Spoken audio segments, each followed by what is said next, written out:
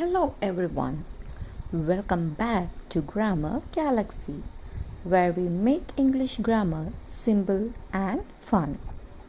In our previous video, we learned about the building block of English grammar, that is, parts of speech. In English grammar, we have 8 parts of speech, and we learned those 8 parts of speech. But not in detail, just I mentioned only the parts of speech names. So today we are going to learn another one, that is, we are going to learn about the first parts of speech, that is noun.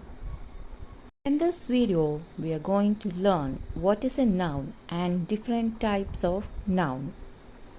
In English grammar we have the first parts of speech, that is noun. ഈ ഒരു വീഡിയോയിലൂടെ നമ്മൾ പഠിക്കാൻ പോകുന്നത് എന്താണ് noun അല്ലെങ്കിൽ different types of noun. Noun അഥവാ നാമം എന്ന് മലയാളത്തിൽ പറയും. What is A noun?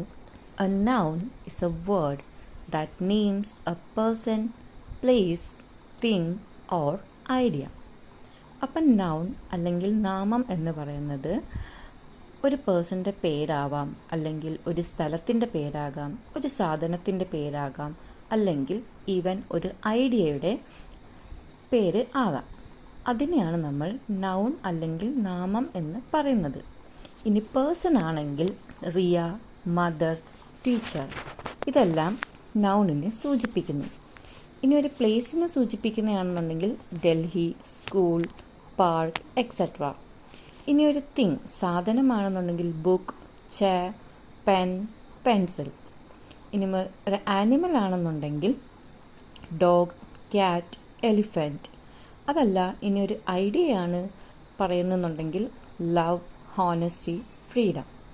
അപ്പോൾ ഒരു നൗൺ അല്ലെങ്കിൽ നാമം എന്ന് പറയുന്നത് ഒരു വ്യക്തിയുടെ പേരോ അല്ലെങ്കിൽ ഒരു പ്ലേസോ ഒരു തിങ്ങോ അല്ലെങ്കിൽ ഒരു ഐഡിയ സൂചിപ്പിക്കുന്നതാണ് നാമം അഥവാ നൗൺ എന്ന് പറയുന്നത്. അടുത്തതായി different types of noun. English ഗ്രാമറിൽ നൗണുകൾ പലതരമുണ്ട്. പ്രോപ്പർ നൗൺ ഉണ്ട്, കോമൺ നൗൺ ഉണ്ട്, കളക്റ്റീവ് നൗൺ ഉണ്ട്, അബ്സ്ട്രാക്ട് നൗൺ ഉണ്ട്, മെറ്റീരിയൽ നൗൺ ഉണ്ട്. ഇനി വേറെ രണ്ടും കൂടെ ഉണ്ട്, കൗണ്ടബിൾ നൗൺ ഉണ്ട്, അൺകൗണ്ടബിൾ നൗൺ ഉണ്ട്. തൽക്കാലം നമുക്ക് ആദ്യത്തെ 5 എന്താണെന്നും അതിൻ്റെ എക്സാമ്പിളും നോക്കാം. പ്രോപ്പർ നൗൺ എന്താണെന്ന് നോക്കാം. Names a specific person, place or thing, and it always begins with a capital letter. ഒരു പ്രോപ്പർ നൗൺ എന്ന് പറഞ്ഞാൽ ഒരു സ്പെസിഫിക് ആയിട്ടുള്ള ഒരു വ്യക്തിയുടെ അല്ലെങ്കിൽ ഒരു സ്പെസിഫിക് ആയിട്ടുള്ള സ്ഥലത്തിൻ്റെയോ അല്ലെങ്കിൽ സ്പെസിഫിക് ആയിട്ടുള്ള ഒരു സാധനത്തിൻ്റെയോ പേരിനെ സൂചിപ്പിക്കുന്നതാണ് പ്രോപ്പർ നൗൺ.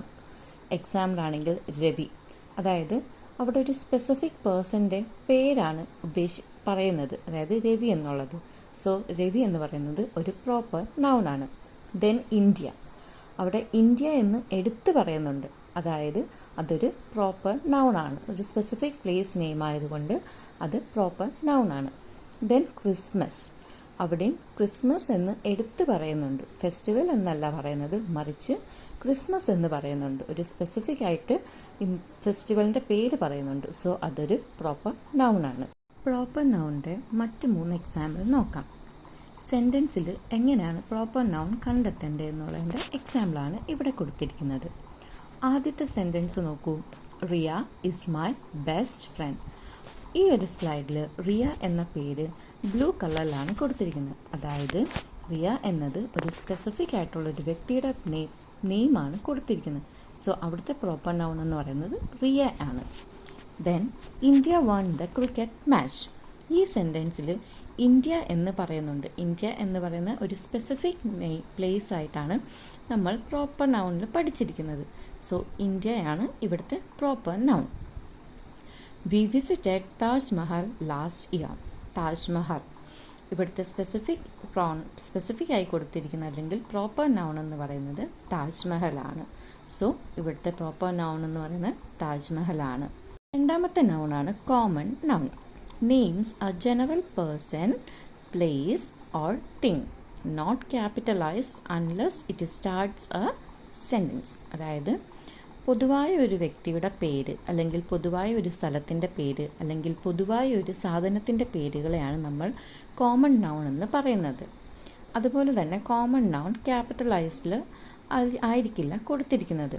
ഇനി സെൻറ്റൻസ് തുടങ്ങുമ്പോഴാണെന്നുണ്ടെങ്കിൽ ക്യാപിറ്റലൈസ്ഡ് ആയിരിക്കും. നമ്മൾ സെൻറ്റൻസ് എന്ന വീഡിയോയിൽ പഠിച്ചിരുന്നു, എപ്പോഴും ആദ്യം ഒരു ലെറ്റർ അല്ലെങ്കിൽ ആദ്യം സെൻറ്റൻസ് തുടങ്ങുമ്പോൾ അതിൽ ആദ്യത്തെ ലെറ്റർ എന്തായിരിക്കണം? ക്യാപിറ്റൽ ലെറ്റർ ആയിരിക്കണം. സോ കോമൺ നൗണിൻ്റെ എക്സാമ്പിളായിട്ട് വരുന്നത് ബോയ്, ഗേൾ, റിവർ, മന്ത്. കാരണം ഇവിടെയൊന്നും സ്പെസിഫിക് ആയിട്ട് എടുത്ത് പറയുന്നില്ല, ജനറൽ ആയിട്ടാണ് പറയുന്നത്. ബോയ് എന്ന് പറയുമ്പോൾ ജനറൽ ആണ്. ദെൻ ഗേൾ, ദെൻ മന്ത്, അതൊക്കെ കോമൺ നൗണിൽ വരുന്നതാണ്. ഇതിൻ്റെ എക്സാമ്പിളാണ് the boy is playing football. The boy, ഒരു ബോയ് എന്നേ പറഞ്ഞിട്ടുള്ളൂ, ഏത് ബോയ് എന്ന് അവിടെ സ്പെസിഫിക് ആയി എടുത്ത് പറയുന്നില്ല. I bought a new book yesterday. Book ഒരു കോമൺ നൗണിന് എക്സാമ്പിളാണ്. The dog is barking loudly. Dog എന്നേ പറയുന്നുള്ളൂ. So that's belongs to common noun. Noun names a group of animals, people, things considered as one unit. അതായത് ആനിമൽസിനെയോ പീപ്പിൾസിനെയോ തിങ്സിൻ്റെയോ group, അതായത് അതിനെ ഒരു യൂണിറ്റായി കാണുന്നു. ആ ഒരു നെയിംസിന് വരുന്നതാണ് കളക്റ്റീവ് നൗൺ എന്ന് പറയുന്നത്. ഫോർ എക്സാമ്പിൾ ക്ലാസ് ഒരു ഗ്രൂപ്പ് അല്ലേ. ദെൻ ടീം എന്ന് പറയുന്നത് ഒരു ഗ്രൂപ്പ് അല്ലേ, ഒരു ഗ്രൂപ്പായിട്ടല്ലേ വരുന്നത്. Then flock of birds. Okay, അപ്പോൾ ഫ്ലോക്ക് എന്ന് പറയുന്നത് എന്താണ്? കളക്റ്റീവ് നൗണിന് എക്സാമ്പിളാണ്. കളക്റ്റീവ് നൗണിൻ്റെ സെൻറ്റൻസ് എക്സാമ്പിൾ നോക്കാം. The team one the match. അവിടെ ടീം എന്ന് പറയുന്നത് ഒരു കളക്റ്റീവ് നൗണാണ്. അതായത് ഒരാളല്ല, ഒരു ടീമിൽ ഒന്നിൽ കൂടുതൽ ആളുകൾ വരും. അപ്പോൾ അതിനെല്ലാമാണ് നമ്മൾ കളക്റ്റീവ് നൗൺ എന്ന് പറയുന്നത്. Then a bunch of grapes is on the table. A bunch of grapes എന്നാണ് പറയുന്നത്, അല്ലാതെ ഒരു ഗ്രേപ്സ് എന്നല്ല പറയുന്നത്. അപ്പോൾ ഇവിടെ ബഞ്ച് എന്ന് പറഞ്ഞ വേർഡ് കളക്റ്റീവാണ്. Then a flock of birds ഒന്നല്ല, ഒരു കൂട്ടം എന്നാണ് നമ്മൾ പറയുന്നത്. അതിന് നമ്മൾ പറയുന്നതാണ് a flock of birds. So flock എന്ന് പറഞ്ഞ വേർഡ് കളക്റ്റീവ് നൗണിന് എക്സാമ്പിൾ. അടുത്തത് അബ്സ്ട്രാക്ട് നൗൺ ആണ്. Abstract noun means feelings, ideas, qualities that cannot be seen or touched. അതായത് ഫീലിംഗ്സ് അല്ലെങ്കിൽ ഐഡിയാസ്, അത് നമുക്ക് കാണാനോ സ്പർശിക്കാനോ കഴിയില്ല, നമുക്ക് അനുഭവിക്കാൻ മാത്രം, ഫീൽ ചെയ്യാൻ മാത്രമേ കഴിയുള്ളൂ. അങ്ങനെയുള്ളതിനെയാണ് നമ്മൾ അബ്സ്ട്രാക്ട് നൗൺ എന്ന് പറയുന്നത്. എക്സാമ്പിൾ ലവ് നമുക്കൊരിക്കലും കാണാനോ അല്ലെങ്കിൽ തൊടാനോ കഴിയില്ല, നമുക്കത് ഫീൽ ചെയ്യാൻ മാത്രമേ കഴിയത്തുള്ളൂ. അതേപോലെ ആങ്കർ, ദേഷ്യം, അതും നമുക്ക് ഫീൽ ചെയ്യാൻ മാത്രമേ കഴിയുകയുള്ളൂ. അങ്ങനെ ഫീൽ ചെയ്യാൻ പറ്റുന്നതിനാണ് നമ്മൾ അബ്സ്ട്രാക്ട് നൗൺ എന്ന് പറയുന്നത്. For example love brings happiness. Then honesty is A best policy. ഇവിടെ ലവും ഓണസ്റ്റിയും എന്താണ്?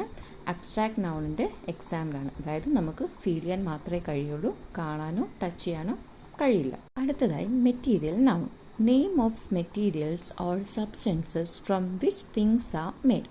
അതായത് മെറ്റീരിയൽസിൻ്റെയോ സബ്സ്റ്റൻസിൻ്റെയോ പേരുകളാണ് മെറ്റീരിയൽ നൗൺ എന്ന് പറയുന്നത്. എക്സാമ്പിൾ ഗോൾഡ് ഒരു മെറ്റീരിയൽ നൗണാണ്. Silver, wood. എക്സാമ്പിൾ നോക്കാം. The ring is made of gold. Ring എന്തിൽ നിന്നാണ് ഉണ്ടാക്കിയിരിക്കുന്നത്? ഗോൾഡിൽ നിന്നാണ് ഉണ്ടാക്കിയിരിക്കുന്നത്. സോ ആ ഗോൾഡ് എന്ന് പറയുന്നത് ഒരു മെറ്റീരിയൽ നൗൺ ആണ്. Then the chair is made of wood കൊണ്ടാണ് ചെയർ നിർമ്മിച്ചിരിക്കുന്നത്. അപ്പോൾ അവിടുത്തെ വുഡ് എന്താണ്? മെറ്റീരിയൽ നൗണിന് ഉദാഹരണമാണ്. My dear friends, in this video we learned about noun and types of noun. We can learn more about noun tomorrow.